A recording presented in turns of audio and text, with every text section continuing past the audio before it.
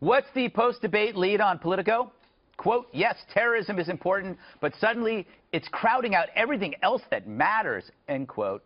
You could have written that yourself a week ago. As we said before, both the media and our president can barely hide their disdain for your terror concerns. To them, it's some trumped-up boogeyman that shoves their real concerns off the map. Icebergs, football mascots, mean-spirited Halloween costumes, they all go away. But the criticism that one topic gets all the attention is bogus. You think the media would have been ticked off if the debate had been all about Ferguson? Of course not. And others will say that there are things far deadlier than ISIS, and that's true. So maybe last night should have been about accidents, strokes, or lower respiratory disease. All kill more than ISIS, but the difference is such risks contain no intent. The bathtub isn't trying to get you to slip and fall.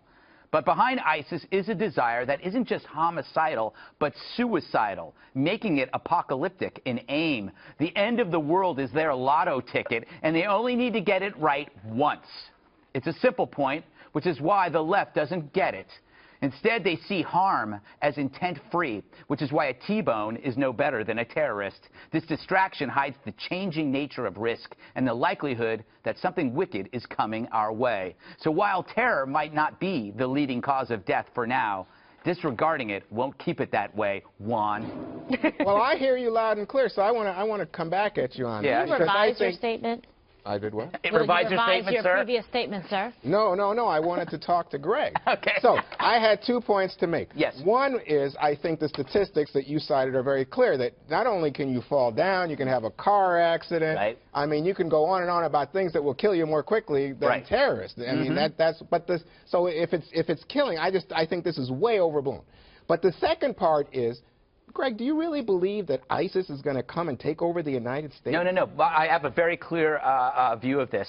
When you marry apocalyptic vision to modern technology, like a drone, and you can figure out how to put anthrax in a drone, all you do is you fly it over a stadium, you kill thousands of people. ISIS wants to do that. But they haven't done it, Greg. I mean, so well, 9/11 didn't happen. At this point, it's, you know what in this 2000. But at this point, it's apocalyptic vision, and I think it's candidates, Republicans seeking the nomination, who are stirring the base by playing to the fears and alarm in their community. Wow. Oh, my gosh. It's so sad. Well, that's your opinion, and it's wrong. Yeah. That's why I asked you. I want you to tell me why you think I'm wrong. But you know what's funny? The hypocrisy that Juan is expressing here, KG. Liberals bring up fear-mongering, just like they did, but then they tell us we are destroying the planet. Right. With our hairspray. And, okay, only a little bit, though.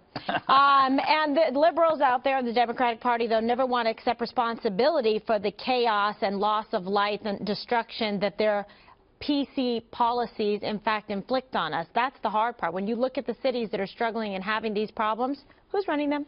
Who's running them? But you're right. By the way, I think hairspray is a wonderful thing, thank God, because you look that great. flattery will not save you this time. No, it'll never save me. It'll never save me. But why do you what was assume your bad? point? My point is, why do you assume bad intentions always on people that are Republicans or conservatives? No. It seems very because we don't do that about Democrats. Never. Wait, you're not supposed to be on my side. Right? Don't you think that any of those candidates, those fine, qualified people that stood up there last night and spoke with genuine interest and concern about the safety of this country, about national security, about the protection of our communities and schools and the nation at large, had good intentions, that maybe that's actually what they really believe, and that they do see this as a primary focus issue, especially in light of real events that have just transpired? Well, in the previous segment, we talked about things like carpet bombing. Say, well, it's hyperbole. They didn't really mean that, and it's, you know, it's important because it informs the conversation, Kimberly. I think it's very political. Yeah, I agree with you. Eric, do you think it's political? Very political. Here's what I think, and this Pew Research, I just paged through that again. Here's why it's so important.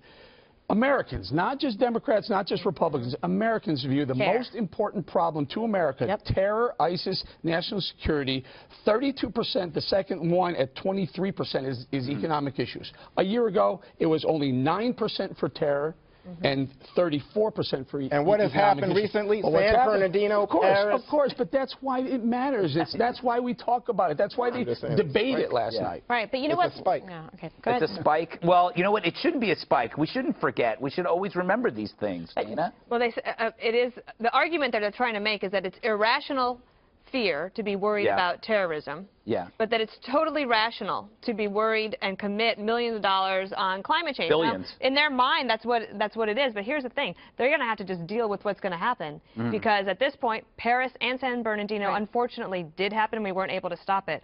People are very focused on we have to be able to keep ourselves safe so that we can then go on to the next thing, which is the economy. Like, you can't do anything. It's Maslow's hierarchy of needs. You have to keep the country safe first. Very good. And bottom line, last night was about these candidates stepping up to say we want to hold Barack Obama and his failed politics and administration responsible for events like that occurred, Tashfeen Malik, and the security gaps and lapses that resulted in this terror attack on U.S. soil, the second greatest since 9/11, and that if elected, they will reverse those failed policies. And Hillary Clinton is part of that administration as well. Well done.